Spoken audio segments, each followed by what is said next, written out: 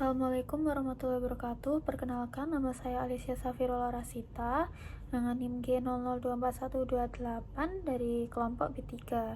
Jadi untuk hari ini saya akan menjelaskan mengenai anatomi dari organ perineum. Oke, baik. Jadi untuk ini Inhal mau menjelaskan tentang anatomi bagian perineum.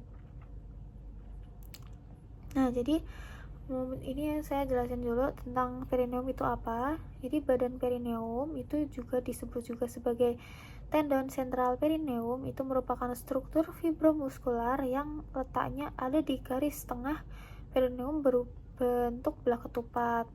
Yang fungsinya ini dia untuk membantu memperkuat dasar panggul, dibantu dengan beberapa otot-otot nanti yang akan saya jelaskan. Nah, ini jadi perineum itu letaknya nih di sini. Dia di antara sinus dengan urogenital gitu. Nah, si badan perineum ini pada pria itu letaknya tendon sentral perineum terletak di antara anus dan bulbus penis.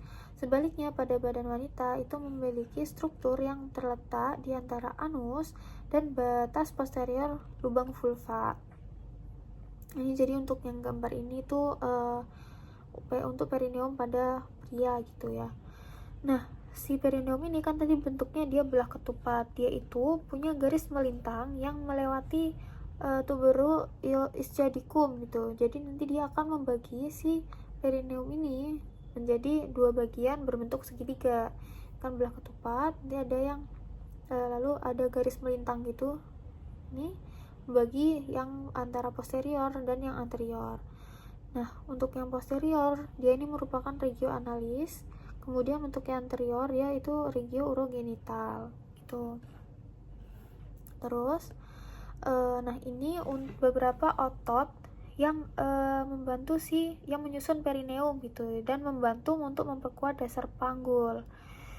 Ini untuk gambar-gambarnya, gambar ototnya. Nah, ini untuk ototnya aku mau jelasin dulu sebentar. Itu yang pertama ada bulbus spongiosum. Bulbus spongiosum ini terletak di bagian anterolateral pada badan perineum. Terus ada otot perineum transversal dalam.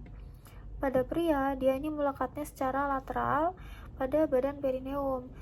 Terus ada uretra kompresor. Dia ini kalau di perempuan itu melekatnya di bagian anterior badan perineum. Terus ada sphincter anal eksternal. Dia di posterolateral badan perineum.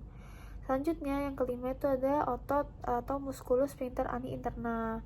Nah, si musculus sphincter ani interna ini merupakan musculus anis longitudinal atau LAM, dan dia melekat di bagian posterior atau bagian belakang dari badan perineum.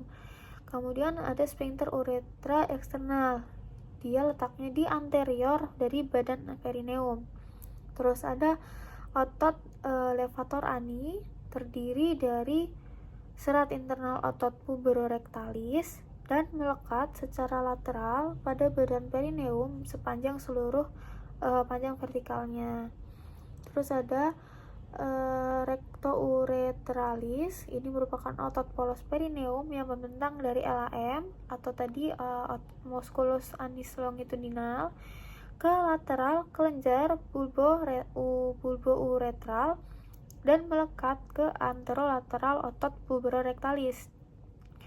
Lalu ada otot anis longitudinal, otot musculus anio longitudinal yang tadi itu dikenal sebagai LAM yang tadi sudah dijelaskan. Dia ini melekat kuat di bagian anterior dan anterolateral badan perineum dan otot puberorectalis.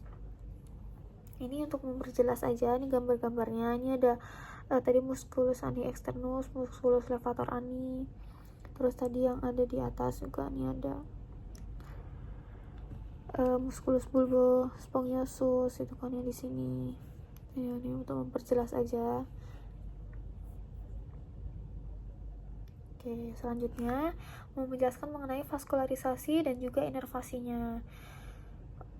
Untuk vaskularisasi, badan perineum dia itu menerima suplai darah dari cabang perineum pembuluh darah pudenda yang memberikan nutrisi ke jaringan superficial dan otot perineum serta jaringan yang terletak di bawah otot levator ani. Kemudian untuk inervasinya atau persyarafan, dia itu dipersyarafi utamanya oleh syaraf pudenda dari anterior saraf tulang belakang, sakral kedua, ketiga, dan keempat dari plexus sakral. Sekian dari saya, terima kasih. Assalamualaikum warahmatullahi wabarakatuh.